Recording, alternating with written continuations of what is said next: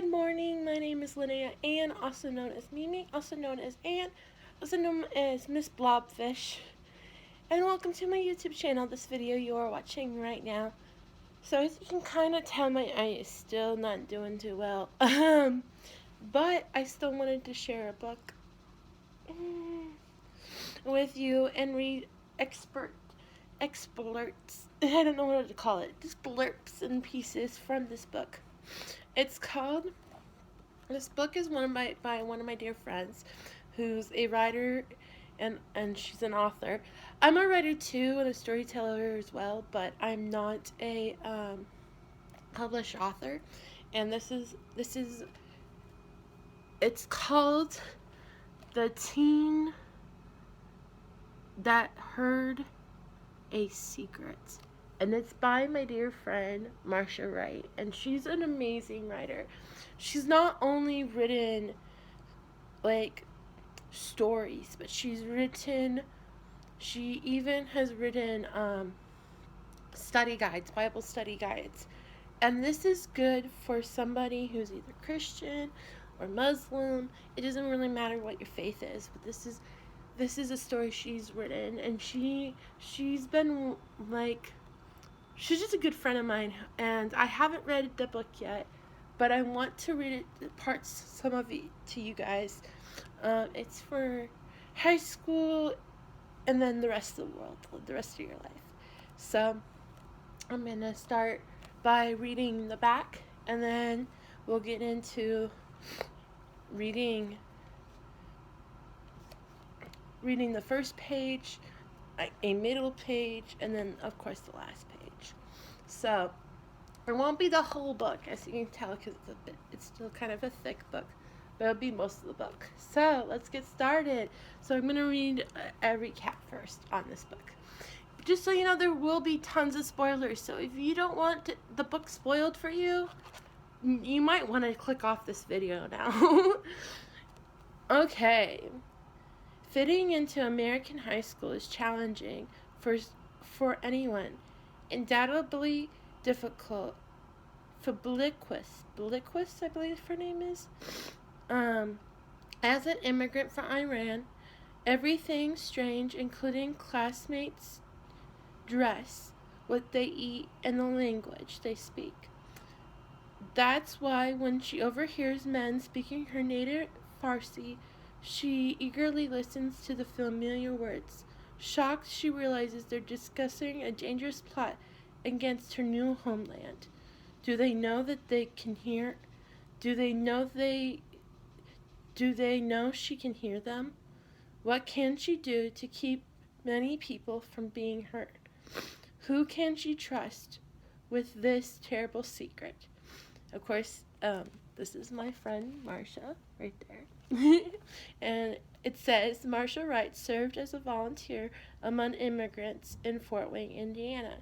Witnessing the struggles new arrivals face, she experienced the joy of helping them understand life in their new culture. She and her husband, Stephen, have 5 children, 12 grandchildren. They live in Fort Wayne, Indiana. Yes. I know their kids. I also know a couple of their grandkids. They're an awesome family. My grandma actually raised her children, helped raise, not raised, but she helped raise their children. She was their babysitter. Okay, so the dedication says, to those learning to live in and contribute to a new culture, and to those helping them do it. Remember, I'm not going to read the whole book, but I will be reading a few pages. So, with special thanks to my agent, Peggy Sue Wells, who made the fulfillment of this book possible, and to Dr. Dennis E. Hensley, who inspired and helped me as an editorial consultant. Chapter 1, May 21st, 2003, Wednesday. The clock was ticking. Belize Mansur bit the end of her pencil, squinted at the printing on her paper, and did her best to concentrate on defining the words listed there.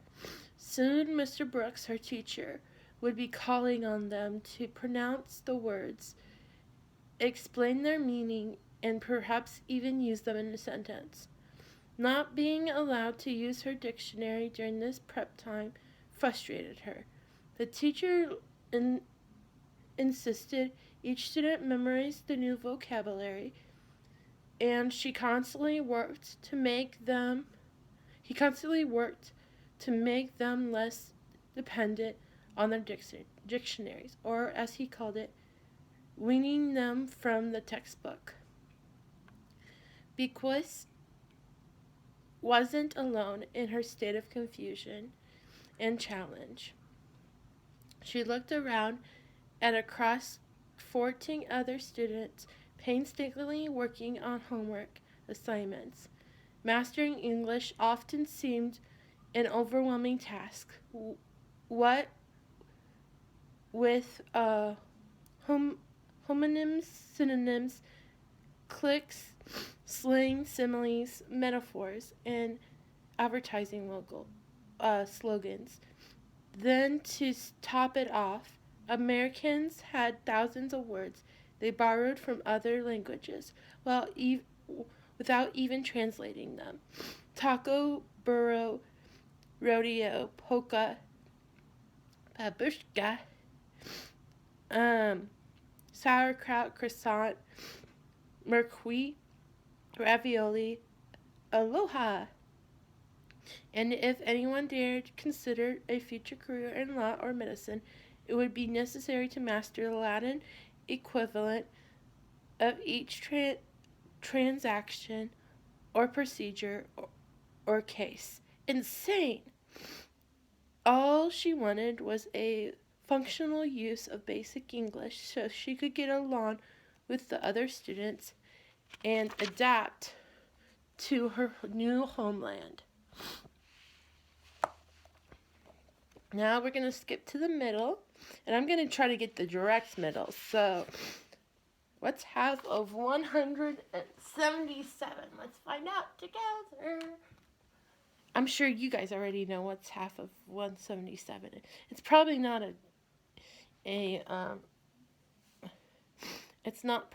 it's probably not like a straightforward answer, but I'm going to try to find it either way. Let's see here.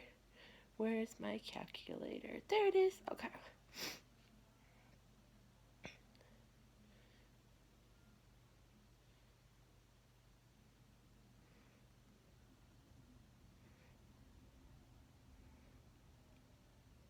Okay. Oh, wait. I did the math wrong again. There we go. Page 88. Let's go. 88.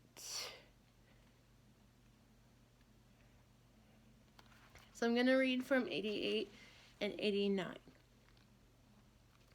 The growling dog moved closer. She could feel a trickle of sweat running down her back. So much for needing a coat.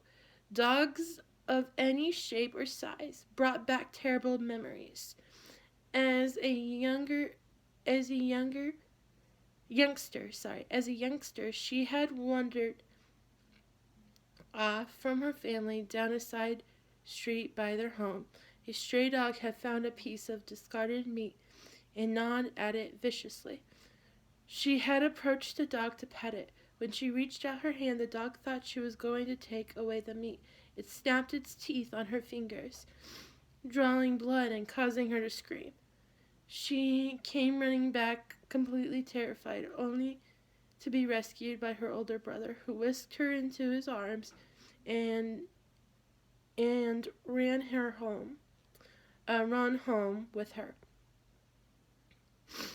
The pain continued as she was taken to a hospital and treated for infection and prevention of rabies by injections. Ever since, dogs have dogs of any kind horrified her. The street light reflected in the dog's eyes as it snared and snapped its teeth, trapping her against the building. Her heart pounded so hard she feared it would thump right out of her body. She fought off a shiver and closed her eyes. She knew she couldn't stay there. Her sister would leave work soon. Bequist might take a bus or catch a ride with another worker, or even walk home. Fatima would miss her. She knew she had to move. The dog snapped its angry jaws again, and she remained frozen to her spot, again against the wall.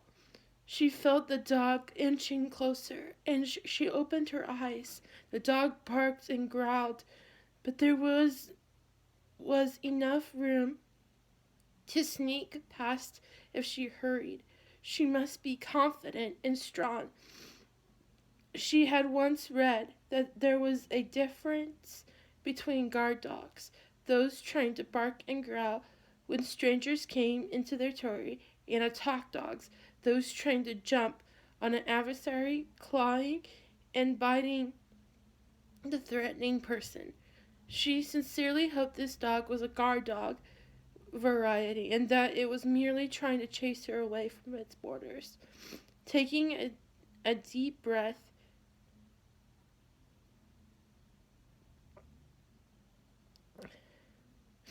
Fatima drew up her courage and briskly started down the sidewalk.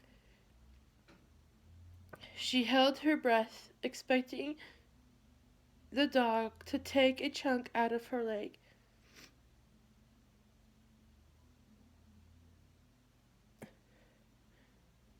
At any moment, the dog followed her out of the complex and over the bridge, barking and snapping, but never taking a bite. The farther she traveled without incident, the more her courage began to increase, and she started to run. Her heart thumped wildly in her chest, and the dog followed closely at her heels.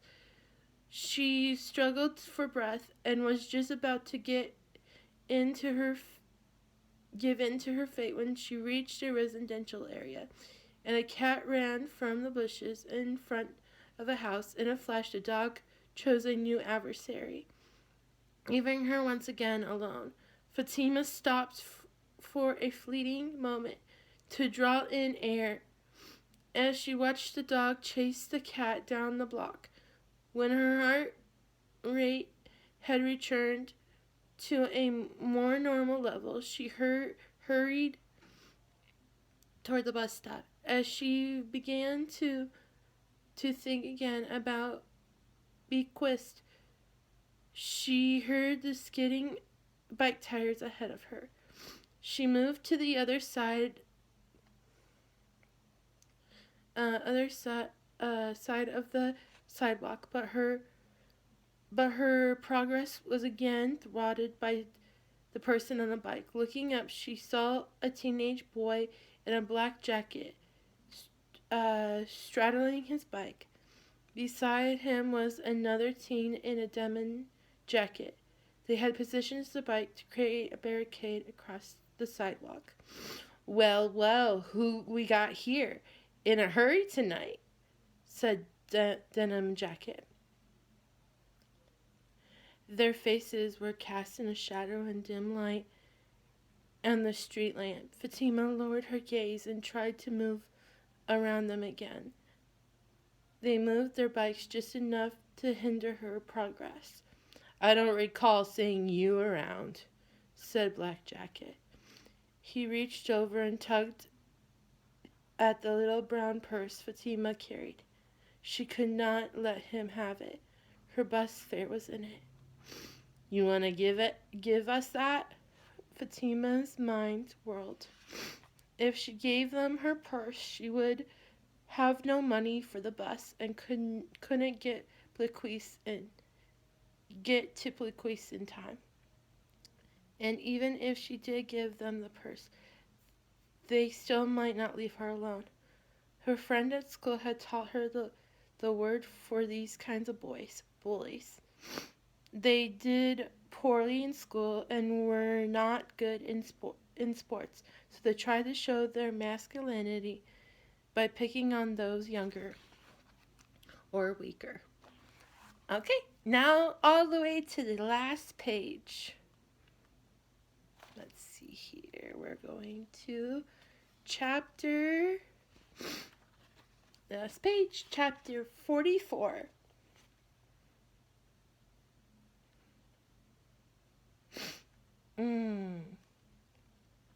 Actually, there's more than 177 pages. There's actually 180, but we were close enough, I think. I'm sorry for being off. Anyways, Blequeese sighed as she watched the people hurrying to get on their buses. It would be a long ride home.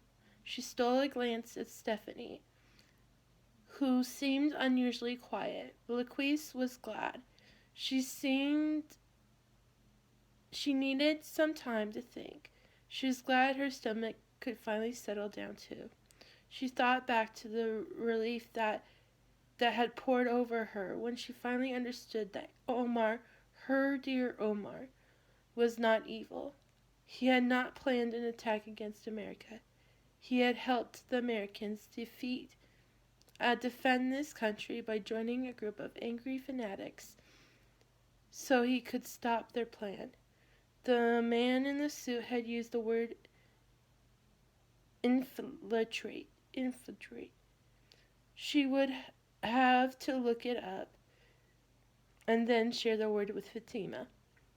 The men said they would need to talk to her more, and she would have to sign papers, but Omar promised to be with her when they came.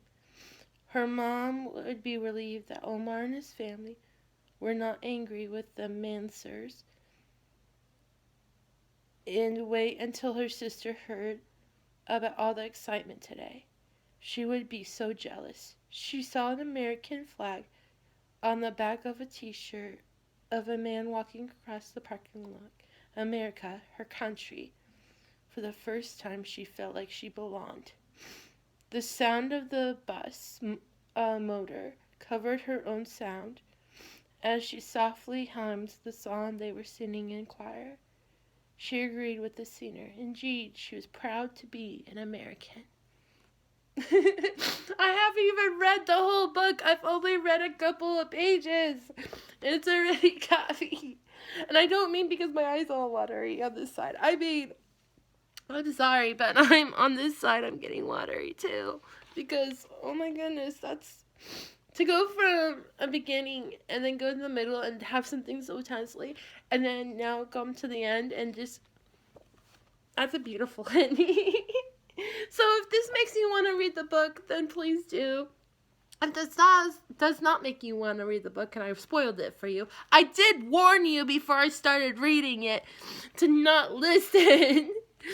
So it's your own fault for listening to it. Okay. Anyways, I hope you have a beautiful rest of your day, that the Lord blesses you, that he keeps you. May his face shine upon you. May he be gracious to you. May he walk down the narrow path with you and guide you. May his peace be with you.